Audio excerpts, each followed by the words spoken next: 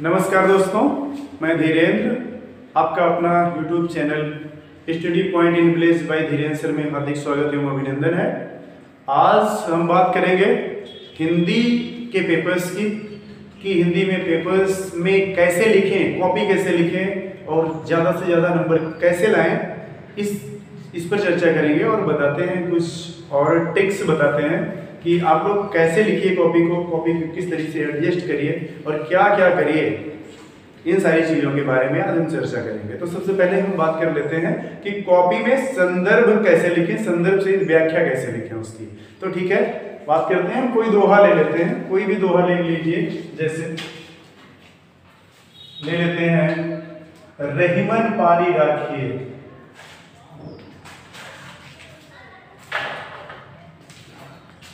रहीमन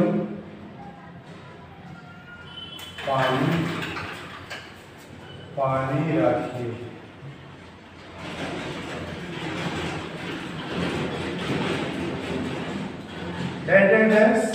बिन पानी सब सुन, पानी गए न उबरही, मोती मानुष जो। तो यहाँ पे डाल देते हैं मोती मानुष।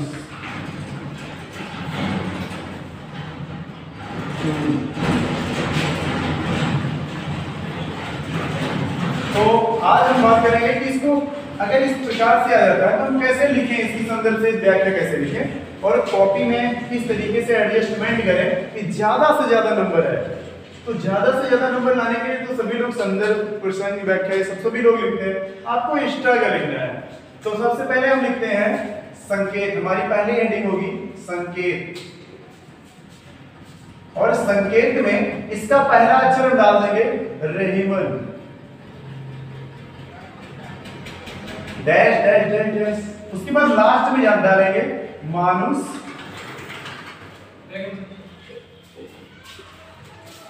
मानुष चूर्ण डाल देंगे। इसके बाद हमारी अगली हेडिंग जो आती है वो आती है कि संदर्भ। संदर्भ, संदर्भ में क्या लिखते हैं? संदर्भ में हम लिखेंगे कि हमारी पाठ्य पुस्तक से, क्या लिखेंगे? प्रस्तुत पंक्ति हमारी पाठ्य पुस्तक।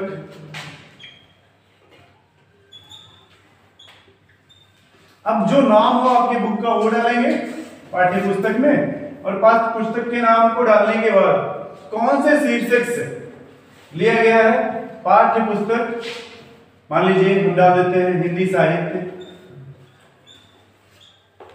हिंदी साहित्य आपकी जो बुक होगा वो डालिएगा हिंदी साहित्य के। अब इसको यहाँ पे इन्वर्टेड कॉमा में से लिखिएगा हिंदी साहित्य के। अब जिस शीर्षक से लिया गया हम जान डाल देते हैं, जैसे दोहा नामक। आप जो दिया होगा वो लिखिएगा नामक शीर्षक से लिया गया है या अवतरित है। आप कुछ भी डाल सकते हैं, से अवतरित है, अवतरित है इसके। अब यहां पे ध्यान रहे, अगर रचना है किसी की, पद है, दोहा है, छंद है, अगर ये सारी चीज है तो रचयिता लिखते हैं। अगर कोई कहानी है, गद्य है, तो हम लिखते हैं कि वहां पे लेखक। तो हम यहाँ पे दोहा है तो लिखेंगे इसके रचयिता,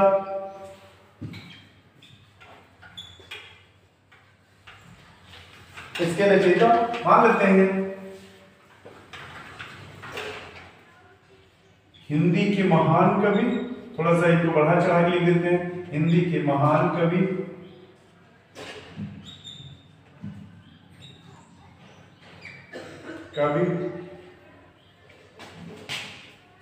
रहीम दास जी हैं। इतना डालने के बाद अब हमारा जो अगला स्टेप आता है वो आता है प्रसंग। प्रसंग में क्या होगा, प्रसंग डालते हैं यहाँ पे प्रसंग, और प्रसंग में हमारा क्या होता है, हमारा प्रसंग बहुत बड़ा नहीं होना चाहिए, प्रसंग जो है 1 लाइन का या 1.5-2 लाइन का होना चाहिए। तो इसमें डालेंगे रहीमन पानी राखिए बिन पानी सब सुन, पानी गए न गली मोती मानुष चुन। तो यहाँ पे डाल देंगे एक ही लाइन में कि यहाँ पे पानी के महत्व का वर्णन किया गया है, इस दोहे में पानी के महत्व का वर्णन किया गया है। यह हो गया आपका प्रसंग। उसके बाद व्याख्या में क्या लिखना है, रहीमदास जी कहते हैं कि सभी लोगों से पानी बचाने की बात करते हैं और 3 अर्थों में उसका उदाहरण दे करके समझा दिया है। तो पूरे की पूरी व्याख्या हम इस पूरे का पूरे इसमें से दोहे से निकाल करके व्याख्या लिखेंगे, यहाँ तक कोई दिक्कत नहीं है, यहाँ तक सभी लोग लिखते हैं। आगे हमें क्या लिखना है, आगे लिखना है इसमें हमको लिखना है, अब ये लिखने के बाद हमको लिखना है जो एक्स्ट्रा हम लिखते हैं वो लिखेंगे हम काव्यगत सौंदर्य। क्या लिखेंगे, काव्यगत सौंदर्य, काव्यगत सौंदर्य। और काव्यगत सौंदर्य में 7 हेडिंग डालेंगे। कौन सी, पहली हो गई रस, दूसरा हो गया छंद, रस छंद, अलंकार, भाषा, उसके बाद शैली, उसके बाद आता है गुण, उसके बाद आती है शब्द शक्ति,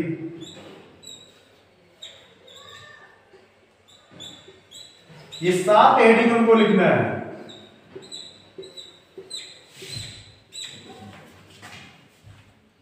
रस में क्या लिखते हैं, जो इस दोहे में रस हो। कैसा रस है, शांत रस। तो यहां पे लिख देंगे शांत रस। किस प्रकार का रस है, शांत रस है, तो शांत रस लिख देंगे। छंद कैसा है, दोहा है, जिससे शांत रस है, शांत रस डाल दीजिए। छंद कैसा है, दोहा है।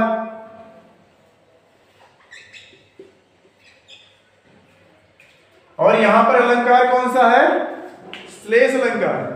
कैसा है, श्लेष अलंकार है। तो यहाँ पे अच्छा मान लीजिए आप लोगों को समझ में नहीं आ रहा कौन सा अलंकार है, यहाँ पे तो श्लेष अलंकार है, श्लेष अलंकार है। मान लीजिए समझ में नहीं आ रहा है, श्लेष अलंकार है, यहाँ पे श्लेष अलंकार।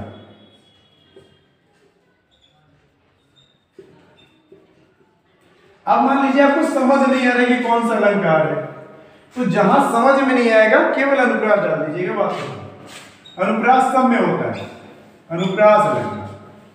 जहां समझ में नहीं आएगा अनुप्रास डाल दीजिएगा। भाषा समझ में नहीं आती कैसी है, तो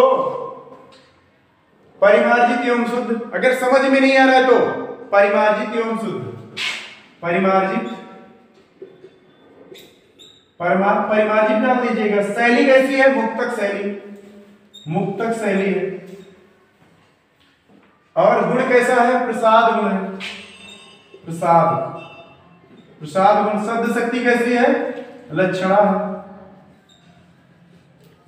अब देखिए आपको 2 ही शब्द शक्ति में से कुछ ना कुछ डाल देना है, लक्षणा या तो व्यंजना। लक्षणा डालिए, व्यंजना डालिए। जहां नायक नायिका का वर्णन हो वहां पे व्यंजना डाल दीजिए, और गुण जहां पे नायक नायिका का वर्णन किया गया हो वहां पर आप माधुर्य गुण डाल दीजिए। नायक नायिका का जहां पे वर्णन किया वहां पे माधुर्य गुण। शैली जहां पर किसी के जीवन काल से लेकर के और संपूर्ण पूरे जीवन का वर्णन होता है वहां पर प्रबंध शैली होती है, नहीं तो मुक्तक शैली डाल दीजिए। भाषा परिमार्जित, अगर समझ में कुछ नहीं आ रहा तो परिमार्जित डाल दीजिए। अलंकार कुछ समझ में ना आए तो अनुप्रास डाल दीजिए। छंद देख लीजिएगा कौन सा है, दोहा है कि सोरठा है कि किस प्रकार का सवैया है, क्या है। रस आपको पढ़ के ही पता चल जाएगा कौन सा रस है। तो इतना डालने के बाद आपका ये कंप्लीट हो जाता है। और कंप्लीट पैकेज ये देने के बाद कॉपी की फिलिंग भी हो जाती है, और कॉपी की फिलिंग होने के बाद आपका पूरा पैकेज बन जाता है। अगर फुल नंबर है तो फुल नंबर देता है।